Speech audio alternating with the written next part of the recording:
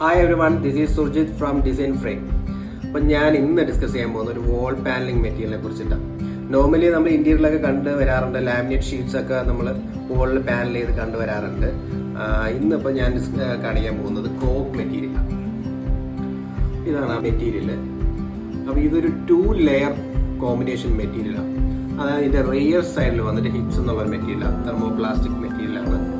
അതുപോലെ തന്നെ finished surface front സൈഡിൽ വരുമ്പോൾ കോക്ക് മെറ്റീരിയലാണ് യൂസ് ചെയ്തിരിക്കുന്നത്. നാച്ചുറൽ പ്രോഡക്റ്റ് ആയിട്ടുള്ള കോക്കാണ് യൂസ് ചെയ്തിരിക്കുന്നത്. കോക്കിൻ്റെ പുറത്ത് പ്രിന്റഡ് ആയിട്ടുള്ള ഡിസൈൻസ്. അപ്പോൾ കുറേ ഷെയ്ഡ്സ് അവൈലബിൾ ആണ്. ഞാനിപ്പോൾ 2 സാമ്പിൾസ് ഇവിടെ കാണിക്കാം. നമുക്കൊരു ട്രഡീഷണൽ ഒരു ക്ലാസിക് ലുക്കൊക്കെ ഇന്ത്യയിൽ ആഗ്രഹിക്കുന്നുണ്ടെങ്കിൽ കൊടുക്കാൻ പറ്റിയ ബെസ്റ്റ് പ്രോഡക്റ്റ് ആണ്. അതായത് ഇപ്പോൾ ഇതിൻ്റെ മറു side, rear side rough finish ആയതുകൊണ്ട് ഡയറക്റ്റ് ഗം ഉപയോഗിച്ച് വോളിൽ തന്നെ ഡയറക്റ്റ് പേസ്റ്റ് ചെയ്യാൻ സാധിക്കും. നമുക്ക് നോർമലി അല്ലാതെ നമ്മൾ വോളിൽ ഒരു പാനൽ ചെയ്യുമ്പോഴത്തേക്കൊരു ബോർഡ് ഡയറക്റ്റ് വോളിൽ ഫിക്സ് ചെയ്തതിന് ശേഷം അതിൻ്റെ പുറത്തായിരിക്കും ലാമിനേറ്റ്സ് ഒക്കെ പേസ്റ്റ് ചെയ്യാറ്. ഇതിന് തെർമോപ്ലാസ്റ്റിക് മെറ്റീരിയൽ ബാരിയർ സൈഡ് ആയതുകൊണ്ട് തന്നെ നമുക്ക് ഡയറക്റ്റ് വോളിൽ ഫിക്സ് ചെയ്യാം. അപ്പോൾ റഫ് ഫിനിഷ് ഉള്ളത് കൊണ്ട് നല്ലൊരു ബോണ്ടിങ് നമ്മുടെ ഗമ്മും പ്രോഡക്റ്റ് ആയിട്ട് ഉണ്ടാവും. പിന്നെ ഈ കോക്ക് ഫിനിഷിൽ ഫ്രണ്ട് സൈഡ് വരുന്നതിൽ നമുക്ക് ക്ലിയർ കോട്ട് അപ്ലൈ ചെയ്ത് കഴിഞ്ഞാൽ നമുക്കൊരു ലൈറ്റിന്റെ റിഫ്ലക്ഷൻ അതിൽ കിട്ടുമ്പോൾ നല്ലൊരു ക്ലാസ്, ഒരു പ്രീമിയം ലുക്ക് ഫീൽ ചെയ്യും. ഒരു ട്രഡീഷണൽ സൈഡ് ഓഫ് ഇന്ത്യയിൽ ആണ് ഉദ്ദേശിക്കുന്നുണ്ടെങ്കിൽ യൂസ് ചെയ്യാൻ പറ്റിയ ബെസ്റ്റ് പ്രോഡക്റ്റാണ്.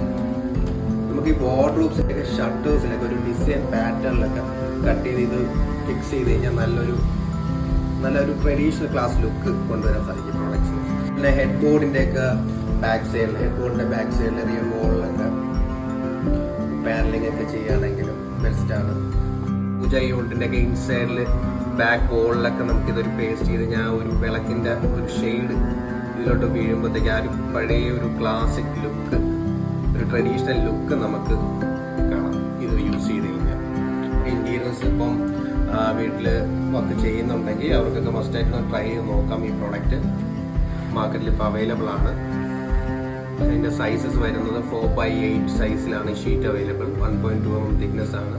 ഇതിൻ്റെ ഇൻസ്റ്റാളേഷനൊക്കെ നമുക്ക് നോർമലി ഒരു ലാമിനേറ്റ് ഇൻസ്റ്റാൾ ചെയ്യുന്നതിനൊക്കെ എളുപ്പമാണ്. നോർമലി നമ്മൾ ലാമിനേറ്റിന് യൂസ് ചെയ്യുന്ന സെയിം ഗം തന്നെ ഇതിൽ യൂസ് ചെയ്ത് പോവാം. മറ്റൊരു പ്രോഡക്റ്റിൻ്റെ വിശേഷങ്ങളായിട്ട് കാണുന്നത് വരെ ബൈ.